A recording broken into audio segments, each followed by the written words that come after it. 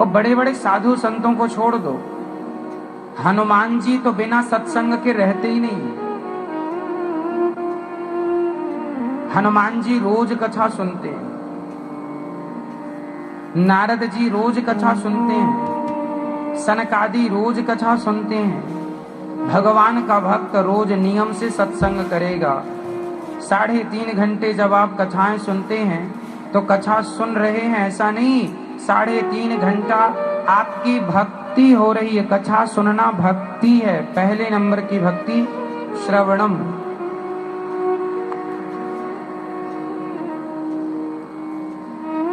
विभीषण लंका में थे, हनुमान जी गए। जब हनुमान जी वहां पहुंचे ना तो पूरी लंका में माता सीता की खोज की हनुमान जी ने, कहीं माता सीता का कोई पता नहीं चला। तब उन्हें एक कुटिया दिखाई पड़ी जो सभी लंका के सभी घरों से अलग एक घर था। कैसा घर था? उस घर के बारे में लिखा, राम नाम अंकित ग्रह, शोभा वर्णि न जाय, नव तुलसी का वृंद तहाँ, देख हरस कपिराय।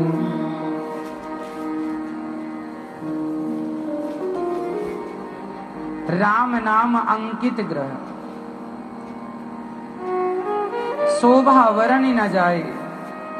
हनुमान जी ने जब विभीषण की कुटिया को देखा तो वहां दरवाजे पर लिखा था सीताराम। कहा जाता है कि विभीषण राम को 2 भागों में लिखता था। दरवाजे के एक तरफ रा और एक तरफ माँ। तो रावण के चाटुकार शिकायत करते, सुनो तुम्हारा भाई तो राम का भगत है।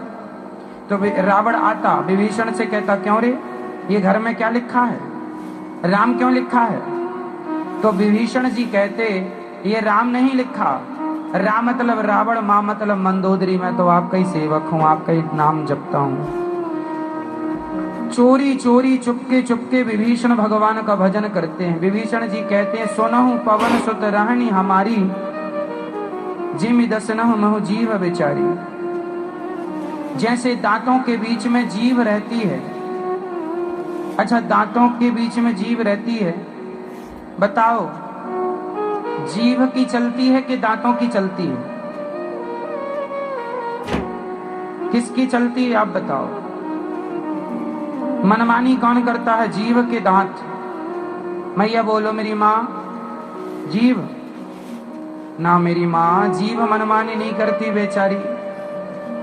मनमानी तो दांत करते हैं, जब मन में आया जीभ को काट लेते हैं। यहां से घायल जीभ, यहां से घायल जीभ। जीभ कभी दांतों को नहीं काटती, सदा दांत ही जीभ को। सही है ये बात? जैसे दांतों के बीच में 32 दुष्टों के बीच में एक जीभ बेचारी अकेली। यहां जाए तो दांत काट लें, यहां जाए तो दांत काट लें। और दांत इतने दुष्ट हैं कि जीभ को काट लेते हैं और एक बार भी पूछते नहीं कि जीभ कैसी हो।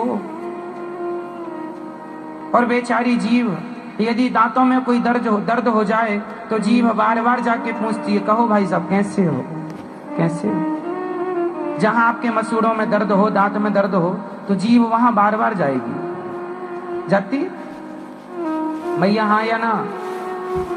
जाती है ना? जीभ बार बार जाती है। जीभ सज्जन है, दांत दुष्ट हैं। उसी प्रकार लंका में दुष्टों की लंका है, उसमें एक अकेले जीव की तरह विभीषण जी निवास करते हैं। सोचो, यहाँ जाएं तो वो दुष्ट लोग परेशान करें, यहाँ जाए बेचारे दबके रहते हैं। लेकिन ऐसी स्थिति में भी विभीषण जी राम की भक्ति कर पाते हैं। और आज हम भारत में रह के भी राम की भक्ति नहीं कर पाते, और विभीषण लंका में रह के भी राम की भक्ति कर पाए। सोचो कि विभीषण स्वतंत्र नहीं थे, लेकिन हम लोग स्वतंत्र हैं। वो तो राम नाम भी खुल के नहीं गा सकते थे विभीषण जी।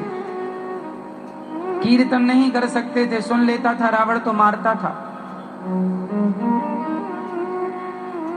ऐसे विभीषण जी सत्संग करते हैं। हनुमान जी गए तो राम नाम अंकित ग्रह। विभीषण जी के घर में क्या लिखा था? राम राम राम नाम अंकित ग्रह, शोभा वर्णि न जाय, नव तुलसी का वृंद तहाँ, देख हरस कपिराय। शोभा ऐसी, विभीषण जी के आंगन में तुलसी का पेड़ लगा था। हनुमान जी ने सोचा ये लंका में तुलसी कहां से आई? भक्तों का घर भी भक्तों के जैसा होता है और दुष्टों का घर भी दुष्टों के जैसा होता है। आपके घर में क्या, आपके घर के द्वार पे क्या लिखना चाहिए आपको? आप लोग लिखते हैं कुत्तों से सावधान। नहीं, कुछ लोग लिखते हैं। आपकी पहचान में है कोई जिसने लिखा हो? उनसे पूछना ये घर किसका है, वो कहेंगे कुत्तों का। लिखा ये कुत्तों से सावधान। यहाँ कौन रहता? कुत्ते रहते।